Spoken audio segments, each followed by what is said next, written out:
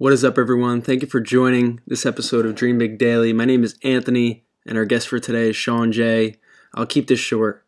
Shaun embodies patience, passion, persistence, enjoying every step of the journey. At age 12, he was street performing. 4 years later, learning magic, and then performing in flea markets, malls, outdoor malls, places of all kinds, in a 17-plus year journey of becoming the best magician possible, learning from the best of the best, traveling to do so, whatever it takes. He's now performing nationally, virtually for people who need it most, corporations, organizations, anyone who wants it, and even giving a TEDx talk at one point. We talk a lot about everything, all parts of his journey, all facets of his life, especially magic and everything he's learned. There's so much insight to gain from this, and I appreciate you joining. Enjoy this, and I'll see you later.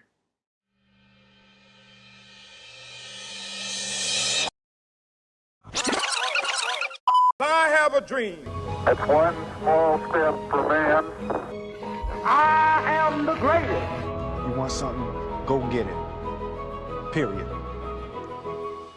Awesome to have you on here, Shaun. I really appreciate it, and Yes. all of your time, man. Great, thanks, man. Got it. Awesome. So I am super fascinated in your entire journey.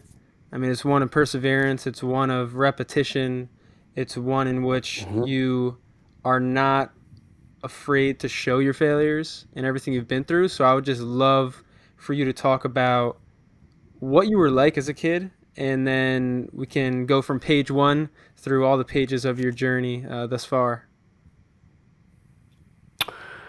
So I'm Shaun, by the way, Shaun Jay, and this is a great program. Happy to be a part of it. I think it's great work that you're doing. You're inspiring young entrepreneurs and entrepreneurs in general. So my story as a kid, I was a very shy kid. I was very socially awkward, and I'm very thankful because the career path that I chose allowed me to help me open up a lot.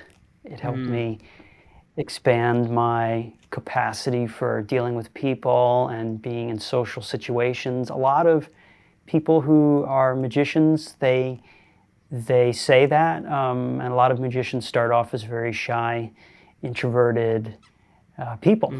And you either have to figure out how to get around that, or you just remain the same, and the experience for your audience may not be as good. So for me, I was very shy, very afraid to talk to people for the longest time. And really, I think when everything started to change is when I started performing. And it was just so jolting at first, very, very difficult and strange, but eventually it became a new muscle memory habit. And so now I just talk to anybody. It's no problem. Yeah, you had to get those reps in order to build yourself out. And the one thing I brought up to you before was you were at 12 years old when you got into magic, correct? Okay. I was 12 years old. 12 years old. And then what age were you when you got the first paid gig at Crowley's restaurant? I was 12 that was years Got old. it. So it was right when you started. Actually, no, I take that back. I take that back. I was 13. I had been doing this for a year. Yeah, I had been doing this for a year. And I had been working in a store that sells magic tricks. And the way that happened is I met the gentleman, Michael Creech, who went in there, who was a pro buying things for his show. And then he started talking to me. I was working behind the counter, demoing things. And then he said, "Oh, I work at this restaurant. Maybe you can fill in for me when I can't come in." Yeah, so it was about a year in. I was 13. Wow. And then what was it like getting paid for the first time ever? Because I know in many great influencers' stories, they always say the first time they got paid was like, I want to do this the rest of my life. So for you, as you were getting out of your shell through performing and then getting paid the first time, what was that like for you on an internal level? It was fantastic. I mean, it was just proof of concept, really, because I was approaching it. Actually, a lot of people say that they approach things with low expectations, but part of my problem when I was starting out is I had very high expectations. I mean, it's good and bad. Everything has a good and a bad side, but I was almost too hard on myself. So I was really hoping to make money with it. And when I didn't disappoint my 12-year-old self when I first started. So yeah, I was street performing, and yeah, I made some money for a 12-year-old, Yeah. not bad amount of money. And then I started getting requests to perform. And then when I got paid for that, yeah, I was thrilled. Yeah. And I hope that answers no, your absolutely. And I have a quote here I want to bring up about something that alludes to this, and then we can continue on. But it says, it's not usually the money that makes people famous. It's the desire to go out there and fearlessly pursue what you love. And it seemed like from the get, that is what you were focused on. And then the money and other things started to come from that. I would love for you to talk about how it was in traversing some obstacles in the beginning of your childhood and people telling you didn't want to do it, and then the next stages after you got that initial paid gig and you just had to get through the struggles of it, even though the love was there, and balance that financial burden where you didn't have as much, obviously, and being a magician is somewhat difficult. The pay can be somewhat limiting at times, but in breaking through that, and I know it's a loaded question, but I would love for you to give that full gamut with everything. It's like 10 questions in one. Yeah. What, So, what was the first part again? we'll start with one in which you had to traverse through some of the negativity within your childhood, and then move on yes. to continue doing what you Yes. love and building your craft. Yeah. So I would say, yeah, I think the negativity in the childhood is a lot of good came out of that. The initial part of it is very difficult and negative and not conducive for success at first glance, okay? But again, it's what we do with the obstacle in front of us, how we decide to react to it and respond to it. Yeah, like the way of framing and And perspective. the way of framing, yeah, there's always a way, there's always apples, and then there's apples, and then there's, it's just, there's subtle variations. So the negativity, it was very stressful. Okay, let's go over the bad. It was very stressful. It made things more difficult. It made progress probably slower than usual. Those were the top three, I'd say. But then let's look at it from a different frame. What were the positives of that? The biggest positive, I would say, is the way that I responded to that negativity. The very first time, of course, I was crushed, but then over time I started to realize this was a pattern of just something that I'm going to experience, and so I learned how to face it full on, and I learned how to expect it, since I was pursuing something that was not commonly accepted by most, and it turned out to be a very good driving force for me. And I know there's a lot of entrepreneurs that feel that way, and it happens to them. So you can allow the negativity to either crush you or to fuel your fire for your success. And so in my case, eventually I got to the point to where I was like, okay, all right, well, you say I can't do it, I'll show you. Watch. Yeah. You just watch, I promise you.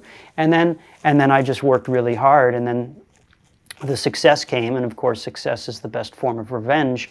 It's like the quiet revenge. You really don't have to say anything. You just, the people, they look at you and they go, oh, okay, I guess he's really serious. I guess I guess, oh, okay, I guess he can do that, yeah.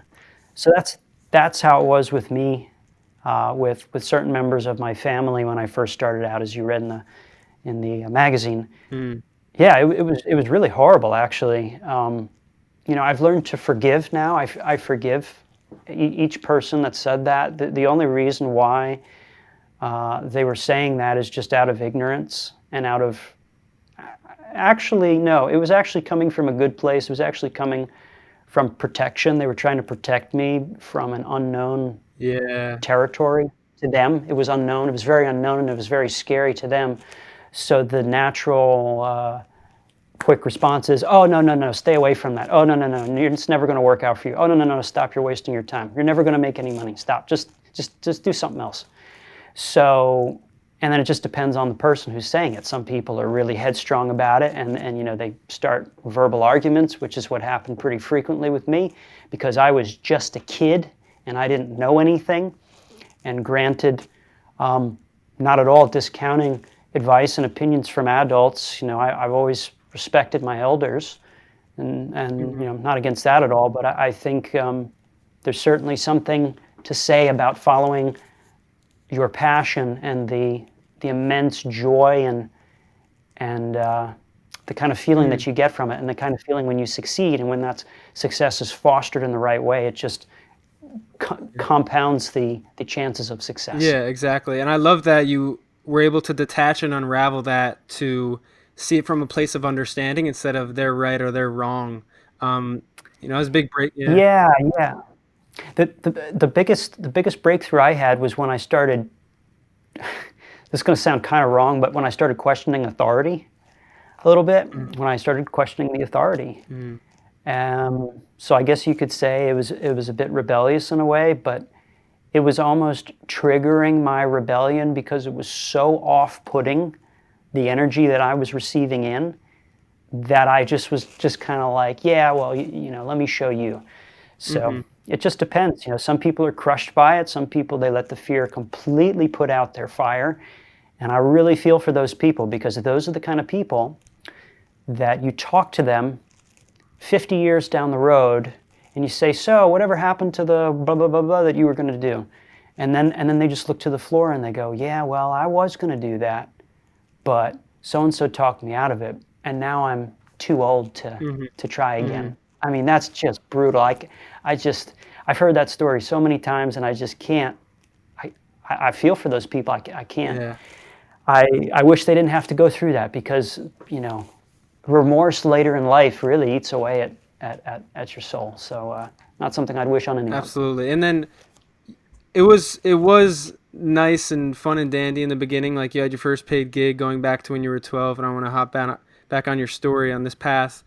And Sure. then Okay. at the end there was, or right now you could say, is a lot of beautiful success, but in between there's this mud you have to walk through. And I would love for you to paint a picture of having those mentors guide you through that, but also some of the tougher times in which you had to continue to build yourself just through the bad practice. And I'll bring up one more quote in which you say, and I believe this was in the magazine as well. In summary, it was about the repetition of just getting over the bad. Was at the mall, specifically when you performed at malls, is when you said that was like your practice at being bad. And I love that quote. It was such a good way to embody that. But I would love for you to paint that picture for me. Okay, yeah, I can go on for hours about this alone, but I'll just summarize. Basically, one of my, well, I never trained under this particular magician, but I know who he is, and I've studied his work, and I met him in person. Lance Burton. Lance Burton was the headliner at the Monte Carlo Casino in Las Vegas he had a 13-year, multi-million-dollar contract. And his advice that he gave to me was also kind of his version of what the Beatles would always say. He said, "Find your version of Hamburg. And what does that mean? Well, the Beatles, the very successful British band, when they started, they were playing in Hamburg, Germany, at very, very rough venues that couldn't give about them or their music or anything. Yeah. And so they had to play in this Hamburg, this kind of hell on earth, basically, and grind it out to find their sound, to find their character and to learn to be really good so people would care. You got to be so good that you make the people who don't care. That's when you know that you're good. And that is precisely, so Lance Burton found his Hamburg, when he told his story, he started performing at, first he started at a theme park in Kentucky. Just a small theme park in Kentucky, but he would grind it out. He would do his act, like, I don't know how many times a day, every day, just boom, boom, boom, every single time. And, people were there for the theme park. They didn't come there just to see Lance Burton's magic show. Nobody really cared, actually. So he had to get good really fast so people would care. And that is the exact same concept that transferred over when I was performing at the mall.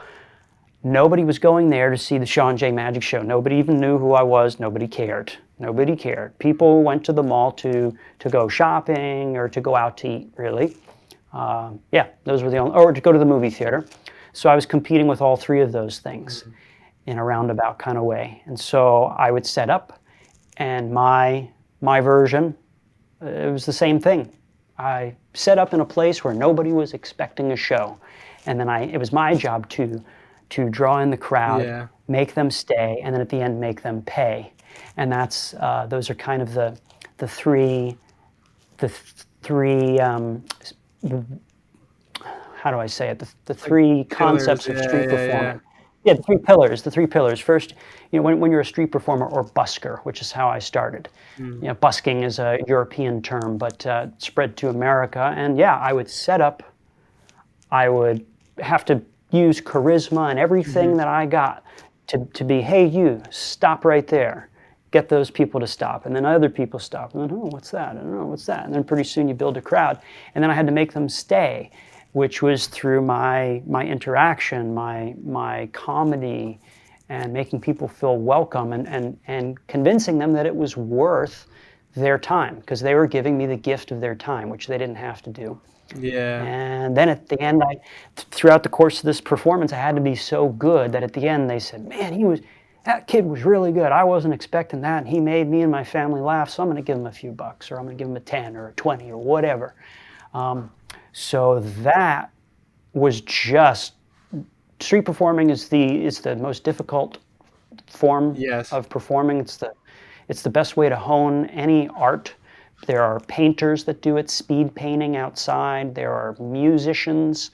There are stand-up comedians. For instance, Robin Williams started as a street performer in New York City. He used to be a mime on the street, and then he realized he was, Robin Williams used to be a silent mime. Wow. If you can imagine that. Yeah. Silent, white-faced mime. Yes. And, he would get some laughs with his physical comedy, but then, I don't know, I don't really know his story that well, but I know eventually he tried wiping off the makeup and saying, let me just start telling jokes. And man, that went over really well. And he was able to hone his jokes really fast, because if people don't like your comedy, or if people don't like your whatever art, they can walk away at any time. So you got to be really good. Yeah. Got to be real good if you want to make your keep for that day. Exactly. So, I was doing Sorry?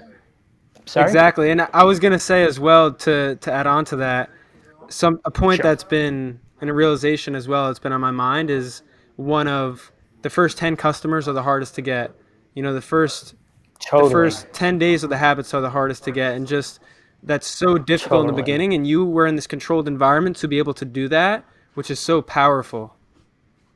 It was controlled on one sense, that it was kind of like corporate at the mall with rules. But on the other hand, there were a lot of things that were out of my control, like who was going to stop, who wasn't going to stop, how much money I was going to make that day, and whether there was going to be a gang fight that day in front of the spot where I set up, which is actually something that happened on a couple of occasions, because where I was, there were gangs that would hang out at the mall, and they would and the sad part is, in the evening after dinner was the time where I would make the most money, and that was also conveniently the same time the gangs would come out, and so I was having to contend with that. And I want nothing to do with that. All I want to do is just set up and do my thing. Wow. Just leave me alone. Just let me do my show. Let me make some money and get out of here. But yeah, That's incredible. I mean, yeah, to have the added pressure of performing in public, but then that as well is, I can imagine. yeah. Yeah. I was performing once and I saw a stampede of people come running towards my show. And I was so happy. I was like, all right, I'm getting a big audience. I'm starting up. And it actually turned out to be a bunch of gang members running away from the police with batons coming after them. And so nobody was coming to my show. I was standing there in the middle and they all went around me with the policemen coming after. Jeez. It was unbelievable. And I just was, it was great. And I got so many stories like that. no, I love the stories. I think those It's are, true. yeah, that sounds like a movie. I mean, it sounds like It was totally out of the clip of the movie. It yeah. was And great. where was that geographically? Were you in Vegas at the time, or was this somewhere else? No, this is here. This is here in the state where I live, North Carolina. It was in Durham, North Carolina. And so Durham, North Carolina, is actually, I don't know why they chose Durham, North Carolina, but out in LA, they have the Crips and the Bloods, and they also apparently have them here in Durham, North Carolina. Oh, geez. I think that's pretty much what I saw. The all red and the all blue or whatever. Anyways, I have nothing to do with that. Don't want anything to do with that. Just as long as they don't bother me, I'm happy. So, Yeah. but that's what I was contending with. It was very scary at the time when I was much younger. I learned to live with it. So Yeah, I mean, you accepted reality, which is a lot. Accept the reality. It seems as though your situation is one of perseverance, but also presence. I mean, in terms of financial limitations at times, that really grounds you into like, I need to do what I need to do at the time. And I was going to ask you this question as well, of what were some points of agility where you had to bootstrap in a way, like the way a startup would, and you would have, because in your way you're in your own business, and you had to figure out Yeah. how to do things on your own because of the current circumstances. Yeah, well, bootstrapping is my middle name. It's been the story of my life, basically. Yeah, because I came from I am really, really grateful that I came from a place with not a lot of financial backing. I am so grateful for that. It's been a blessing in disguise because everybody goes, oh, I wish if I only had all this money when I was starting, I could have done X, Y, and Z. Maybe. There's also the fact that if you had all that money when you were starting, because you were lacking all of the experience, you may have mismanaged that money or blown all the money. Exactly. So the advantage of starting bootstrapping with not a lot of money is it forces you, if you're smart, to learn the skills to make up for the lack of what you cannot pay for. And so I think that's great. And I was homeschooled for a while when I was much younger, and so I was always in the mindset of learning, figuring it out myself. I'm an only child, so all I had was just whatever I could dream up in my mind, whatever was going on in my mind to learn or to think about or to entertain myself. So yeah, bootstrapping, no money. It was basically kind of like go out there, perform, make some money, figure it out as you go. So the first business bootstrapping that can relate heavily to your audience and just entrepreneurs in general as I was performing. And people started to ask me, oh, how can I book you? Do you have a website? And I said, no, I'm sorry, I don't. And then eventually, after hearing that a lot, I got tired of hearing that, and I wanted a website. And then I found out how much it cost to pay somebody to make a website. They didn't have, I don't think they had Fiverr back then, or Exactly. Elance or any of those things, or maybe they did, but I didn't know about it. And I probably couldn't afford it anyway, because I was like 12 or whatever. Anyway, I took it upon myself actually to teach myself how to make my own website. And that was the beginning of my bootstrapping, saving tens of thousands of dollars along the way. Learned web design, WordPress. First I used iWeb, then I got into WordPress. Then I figured out SEO myself. Yeah. I figured out, did all my own graphic design, did my own video editing, did my own marketing, business cards. Wow, so you learned all tricks of the trades.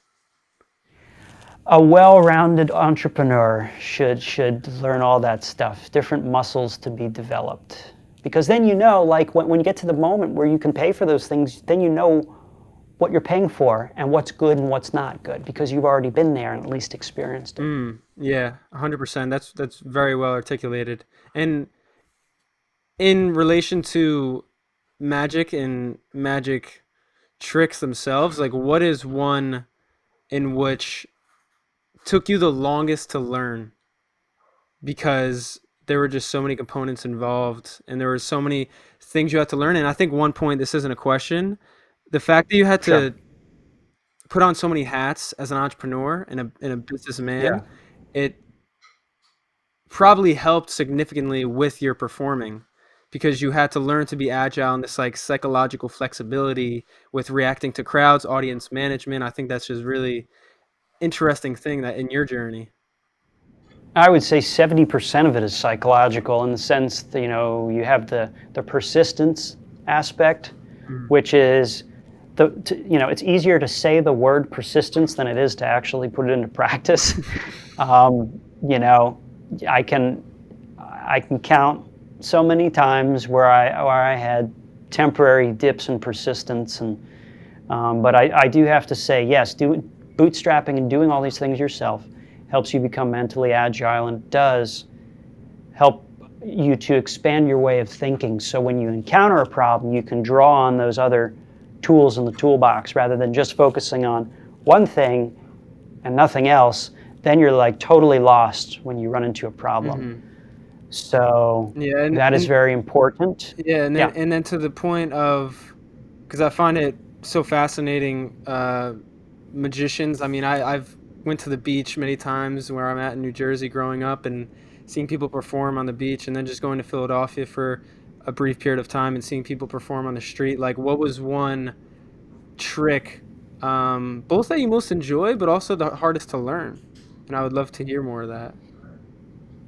The trick that I enjoy performing, and or the one that's difficult to learn. And yeah, both. So like the one you enjoy the most, and then the one that was most difficult to learn in your ability to do magic. Okay. Oh boy, I mean, I enjoy doing so many. Probably one of the most difficult things. It's not even a trick, and it's so funny, that just to show you how much dedication goes into these things that most people would find trivial. One of the things that I always wanted to do was to be able to take a deck of cards and doing it up here. It's kind of weird. Yeah. Split it in half. This isn't even a full deck of cards. Let's try that again. This is like a partial. Oh, it's like cracking an egg with one hand. There we go. Just take there and shuffling. Ah, I can't even do it with one-handed. 2 hands. So that it's actually hard. Oh, here's the rest of the cards. It's actually harder to do here. I usually do it at a different angle, but there we go. There.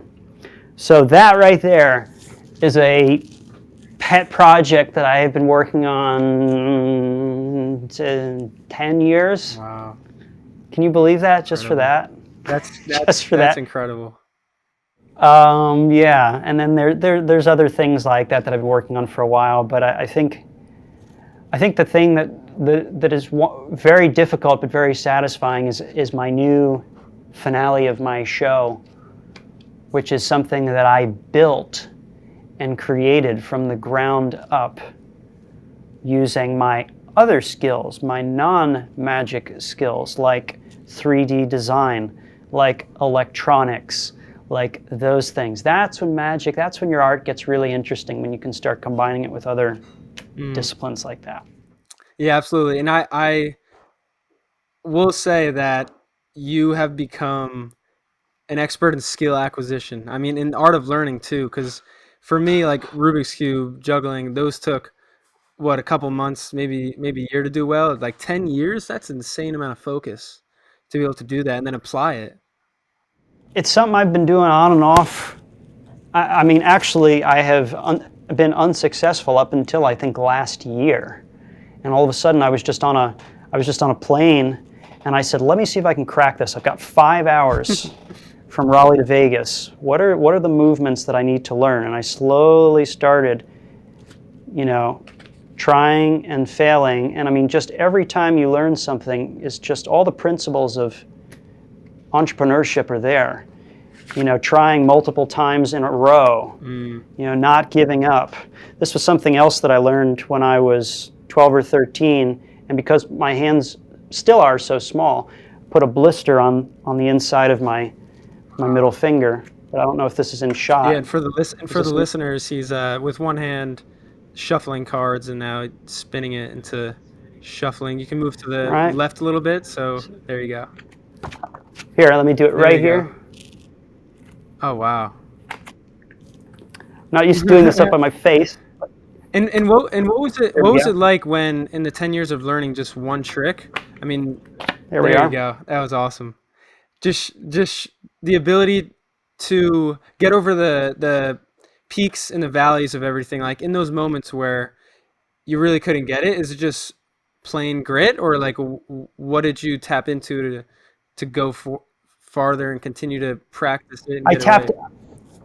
It's combination of really you're seeing the end result. You're seeing yourself doing it ahead of time, just like the big time sports stars do it. They see themselves making the 3-pointer. Really, if you do see yourself making the 3-pointer eventually, the lighting is weird now. Eventually, going to make the 3-pointer. So for me, this here was my 3-point shot. Yeah. So I saw myself doing it. I dreamed about it. I practiced it while I was doing my schoolwork, one hand. And I really wanted it really, really, really, really bad. Mm-hmm. So you have to really, really want it, like really bad. I mean, you can't just joke about it. It has to be like your every waking thought until you get it. Yeah. That thing of passion. It's like a burning desire as well that you allude to. Yeah. There's a fine line between passion and OCD. Yeah. Well, that's what they say. They say the ones who practice their craft the most are a little bit mad, a little bit obsessed, a little bit crazy. I think so. Yeah. Look at. I mean, you sacrifice one thing, you gain another. I mean, look at Elon Musk, right? He's sleeping on the floor of the freaking factory. I think he's still doing that at times. I think he admitted to that. He's sleeping. He's like the first one there, and then the last one there. When it closes, sleeps there because he wants to be there. He wants to see the process. He wants to see those parts come off the assembly line. I give him a lot of credit. He is. I think he's actually a real cyborg, though. I think that's the difference. Yeah, he's just hiding in disguise as one. I think he's part robot. I think he is AI. Yeah. He's tapped into it somehow. I admire that man a ton in the work he's doing. I think it's an embodiment of so many things: persistence, grit, focus, not listening to the outside. I mean, a little bit of rebellion too, like you said, what you did early on, a little bit of rebellion, questioning authority, doing it your way. You have to, yeah. I think questioning, just asking questions is good in general. There's nothing wrong with asking questions. It's how you ask the questions. I like that. Nothing wrong with asking questions, just how you ask it. Right, because a lot of times people get demonized for asking questions, but why? Why? It's the way you ask the question. See, you can ask I talk about this all the time, like when I coach people and stuff. There's different ways of saying things. Like you can say the same sentence in 5 different ways with different intonation. It's actually more like thinking about it, acting skills, right?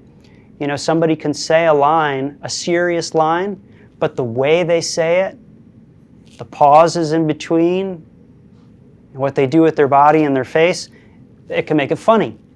But if they say it in another way, and if they, they're really like this, and they're, doing these body language things that are really offensive and attacking, then it could be, oh, it's offensive, it's serious, oh, it's harsh. So if you're asking the question, in that way, yeah, you can offend a lot of people. But if you're just asking, like a child, if you genuinely want to know the answer and you genuinely want to improve yourself, improve your business, I don't think there's anything wrong with asking lots of questions. Yeah, that's a game changer, seriously. Right? It's just the way you approach it. And with writing, they say punctuation is like an added element. It's just as important as the writing itself. The spaces, the space in between the notes. Yeah, it's not the notes, it's space in between. Yeah, it's the space in the room, right? It's not the room itself. Exactly. And how important is that silence when doing audience management, when doing your acts? Because you have to do the act, and then you got to listen, you got to watch, you got to see what people are reacting. Yeah. Very, yes. Just like we're having a conversation now, that's how the energy and the flow should feel in a talking act, and actually even a silent act. Now that I think about it, there's people that perform only silent acts. People who perform, all over the world. For instance, an American going to Europe or going to Asia performing, where let's say they don't understand English, so you have to perform silently, and silence is actually important with that too. So yeah, if there is no silence, then the audience or your viewers or the boardroom that you're giving your business presentation to feels like you've just pushed play on a pre-recorded script, which actually that is what you're doing when a person gives a presentation. It is somewhat scripted, and it's something that you've memorized. All these people that give presentations at these entrepreneur conferences, they have an agenda, they have an outline for what they want to say, and for the most part, they have it scripted. In fact, I don't know if you're aware of this, but the book, there's a success book. There's the guy who wrote it basically scripted the entire, he basically used the book as a script for his public presentations. Oh, wow. And like if you read the book and you watch him talk, if you listen to the words, it's like he's reading the chapter, but you would never know because of the way he's delivering it. I found that like fascinating. It's like kind of weird. What category is this? What type of book is it? I don't know why the name escapes me. It's a very popular book on success. It's not. I'm sorry. The Millionaire Mind. Oh, okay. I see. Yeah, the Millionaire Mind. Yeah. Millionaire Mindset. You know that book, I believe right? so. The Millionaire Mind. It's Yeah, that's what it's called. I can definitely look it up and then can attach it to the things we discussed within this conversation. But that, yes. Yeah, it's like the presentation of the food is just as important as the food itself, right? Yes. Yeah, you can take the world's greatest, filet mignon dressed up, but then you put it in a blender and then you serve it in a soup bowl. Who wants that? Yeah, and same food, different presentation. Exactly. It could be gross or the best meal ever. Yeah, and for you, I am curious as to magicians don't reinvent the wheel, or some acts can be original, but what are some people you learned from a lot? I know you had your mentors, or Jerry Seinfeld, Robin Williams, like those guys, and what were some key things you took away from them, not just as magicians, but just as people in general? Well, all of these people in general, I think all mentors and all successful people to be learned from, they're all incredibly persistent. They all are they're either very creative, or if they're not creative, they make up for that in persistence. And actually, I almost think that there almost is no such thing as creativity. I think creativity is almost like a word that's not even necessary, because if you're persistent enough, you'll create something. So I think creativity stems from persistence. I see. Yeah. Right? And even Seinfeld has a little structure he uses for the 2-day rule, or something where you don't miss a day. Because if you do, you'll break your habit of either writing every day, writing a joke every day, performing every day. I just thought of that as he's a guy I learned from a good amount as well. So I agree with that. Yeah, that makes total sense. He's putting himself in the creative mindset. But in order to get to that creative mindset, he's being very persistent. He's committing himself to writing that joke a day. And he wouldn't be able to create that material if it wasn't for that. So I almost think it's persistence winning above them all. I think all these people work very hard. They take their craft, their art, their whatever very seriously. It's not a joke. And that's pretty much it. I mean, I know it sounds cliche and I know it sounds simple, but it's really not. Persistence and hard work ethic are the two. Yeah, I mean, I look at successful podcasters. I look at anybody, and they all are incredibly persistent. Mm-hmm. They all work very hard, usually around the clock. And Yeah, it's like this one thing I saw from this great writer on Twitter the other day where he talked about the creativity faucet, where every person is in the same boat in that they start at square one, but it's just about getting the wastewater out from the beginning so that the clear water can run through, right? yeah. I always, I don't know if this is my saying or it's not, I don't know, it's something that I always would tell myself, so when I'm doing those shows that don't go well, or I'm creating the magic that isn't so great or whatever, and you have these things that you put out that aren't as good as you'd like them to be.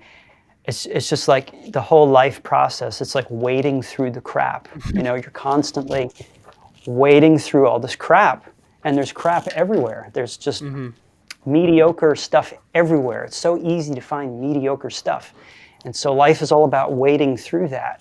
And then in the creative process is the same thing. I just finished working on making backups of some props that I have that use electronics, and the version 1 was okay, but there are a lot of problems, and I was very much avoiding having to dive deep and dig through and completely redo all this stuff. But I just kept reminding myself, okay, this is how the process works, Shaun. You have to just keep wading through the crap. You just have to go, okay, that works, that doesn't work. Just strip off the stuff that doesn't work and just fix it. And sometimes we go through this whole head trip that we think it's going to be hard or whatever. That's actually, that's the big thing, is we trick ourselves into believing it's going to be so hard and take so much time, and then we feed into the procrastination. And when we finally get around to doing it, we go, oh shoot, that only took an hour, that's it? Yeah. I thought it was going to take all week, but that took me an hour. I can make, with my prop make, could have made 5 of those. Or, I could have wrote 5 jokes. I could have, that kind of thing. And it's the momentum of it. It really builds up once you get going. There's the momentum factor, and then it's just like fooling yourself. People fool themselves all the time. People, like with the classic imposter syndrome, people don't think. They convince themselves that they cannot be successful, period. And it's amazing that if they would have used the same intention to convince themselves, like Muhammad Ali, for instance, that he was the greatest, it's as simple as that. He convinced himself that he was the greatest first, and then he could easily convince others, and therefore he was. And it's magician and conviction. You gotta be total conviction. Yeah, total conviction. Yeah, and for you, hopping on one more time to the path of Shaun Jay's life and flipping through the pages, I loved everything we touched on, but I really want to ask about what that experience was like when you got to perform on your first national TV show and get that opportunity, as that was the end of the wastewater. And I know that was the proverbial end of the wastewater. Yeah, really, yeah, exactly. And welcome to 2020. That's a whole other. Yeah, yeah. But explaining that and how that whole process went, and that was a dream of yours, and to be able to accomplish that is no little thing. The whole process was totally insane. It takes a little bit of insanity to get to that process. I guess I have bursts of controlled insanity, or controlled chaos, meaning I'm perfectly mentally capable. actually insane. But what I mean by that is, like, you get to the point to where this passion consumes you so much to where you act just, you've got so much focus and you've got so much desire and drive that you would do things that your average Joe that just sits in front of the TV all day would say, oh, that guy's insane. That's what I mean. So first national TV appearance was MasterChef season 4. What was that, 6-7 years ago? And that came out of an idea. It was just a goal. I wanted to be on national TV, somehow doing magic in some form or fashion. So I was willing to do it in any way possible. And through a stroke of luck, I found the casting call on a website that I never had visited in my life before. And it was a random website that I came across, and then it just said, we're looking for unique contestants that have other skills outside of cooking. And I was like, oh boy, I'd probably be a good fit for that one. So little did I know the process for that was just insane. It was just out of control. Like, I mean, people have no idea that going on a reality show, first of all, is the furthest thing from reality, the actual show. Good point. It's all scripted. It's all worked out way ahead of time. And just the sheer amount of work that it takes to getting on TV and performing your song or doing your dance or doing the whatever, that's almost like the reward for putting up with all the other stuff that you had to get through up to that point. The initial audition, maybe online or in person, then there's the callbacks, and then there's multiple callbacks, and then you have to figure out all your travel and transportation, and then you have to wait in the lines, and Yeah. oh man, I have The stuff behind the scenes. I have all this crazy behind the scenes. It was a great learning experience, highly stressful, great learning experience. Then Masters of Illusion was actually a lot easier than MasterChef, believe it or not. That crew is a wonderful crew to work with. I was shocked at how welcome I felt on set and how nice the people were to me on set. It was, I'd say it's very rare to work with people like that, but I feel very thankful that I can, and I feel, I did two seasons in a row, and hopefully another season upcoming. Wow, incredible. And I was going to say kudos and cheers to that, first off. But the second is, I always love to ask what a bigger dream of someone's is. And I would love to hear what one of your big dreams is as you have accomplished one of them, if there is another, or if you have to like reset and make another summit for yourself. Yeah, good question. Well, eventually I'd like to make such a name for myself to where it would be great to where I wouldn't even have to perform anymore, and I could just move to some beautiful, amazing place like Hawaii and just have like the legacy of my work kind of transfer over somehow into the next generation, and be at a point to where I don't have to work, and I can then put that time into, like, for instance, I feel very grateful that I'm already starting to kind of do that in a way. Like, I was invited to be a part of a show. They normally hold it in person every year, actually, in Hawaii, but this time it was online due to the pandemic, and basically all the money that was raised for that goes to, they have a group for children who are into magic, and it supports their extracurricular programs for the children over in Hawaii. So and I think it's a wonderful, magical thing that I can support that here in North Carolina, right from home. It's pretty cool. So I've been using some of this time during the pandemic to think about those kind of things, how I can give back. And I don't know why, but I had kind of gone on like a binge watching of Mike Tyson fights for some reason, maybe because he fought Roy Jones Jr. recently. Yeah. But I find him really inspiring because he's so misunderstood. But he's actually a really smart guy, really smart and really well spoken. And what he said was, and this will eventually, hopefully, be like my life, he said, so-and-so, whoever was interviewing him, I've been there, I've done that, I've made my money, I've made my millions, and for all these years, it's been about me. Now, I can make it about others, because I've already done all that stuff. Now I get to... So now he's doing these exhibition fights to raise money for whatever, and do all that stuff. So I think that's a really great position to be in, to just it's like know that you can freely do that. Yeah, it's like the last stage of life is that of giving back what you gained. I super selfless, and Yeah. I do admire that, and I think it's like the Bob Ross type thing where, and so many others where like their work was cherished during that generation, but it's like the next one is where it's like, wow.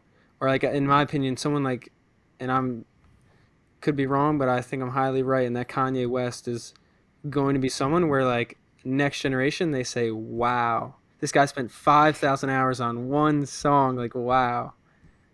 He's an interesting cat, man.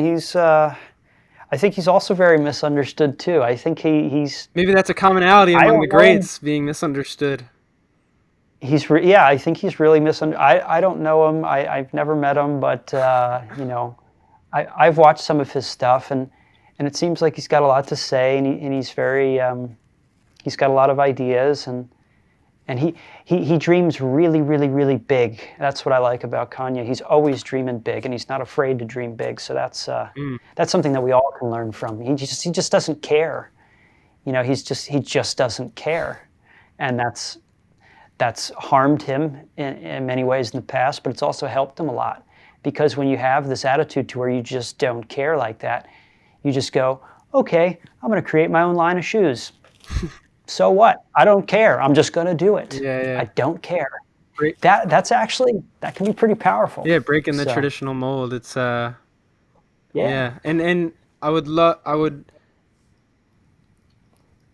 I had a queue of questions prepared for this entire conversation, and I fulfilled in asking them, but I really like to leave a stage for you can say, metaphorically, for you to bring any departing words or anything else in your mind, something that has maybe even a learning from this year, especially that it's so prevalent. I would love for you to perform in a way and just, let you end it here, and whatever else is on your mind, I give you the stage now. Wow. Okay. So I'll say something which I feel is rather important. And again, I don't want to make it all about me, although this is my interview with you, which I appreciate you having me on the podcast. Absolutely. First of all, I think this is something we all need to remind ourselves, no matter what we're doing, what our business is, who we are as people. I definitely believe that this year, 2020, oh my goodness. So this year was the ultimate teacher to all of us of impermanence and transformation. I think 2020 is a big year of transformation, growing pains in all sorts of ways and forms. I mean, there's so much pain in the year of 2020. So there's highs and lows in life, and for every up there's a down, and for every down there's an up. So 2020 helps us realize the nature of impermanence, the nature of duality, the nature of transformation. My career was set on a certain path prior to March.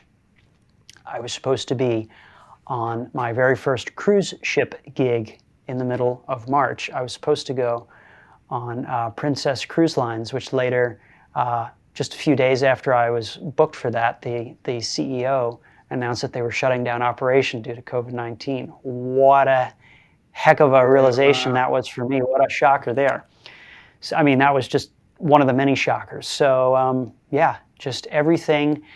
Be grateful for what you have right now, even as you're listening to this podcast, because everything can change in the blink of an eye, as 2020 there have been literally like a change a day, a government rule change a day, every minute. I mean, a new strain of virus every second. It's like changing all the time. Nothing no longer stays in a box.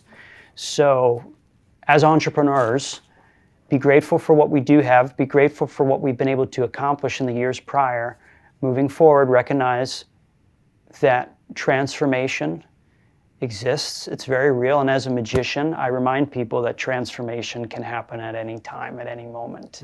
And it's how we respond to that transformation, good or bad, is how it can affect our life and our future generations to come. Yeah. Amen to that. And it's like you said before, it's not usually what you say, although it's important, it's how you say it. It's not what happens, it's how you react. So I think there's so many pillars of growth that can be taken away in this episode. So from me to you, I do appreciate you saying what you say, just being who you are. Yeah, I really appreciate it. Thank you. This is great. I will be sure to talk to you soon, and I know you wanted to grab a screen grab, so if you would want to do that, I'll let you take it away.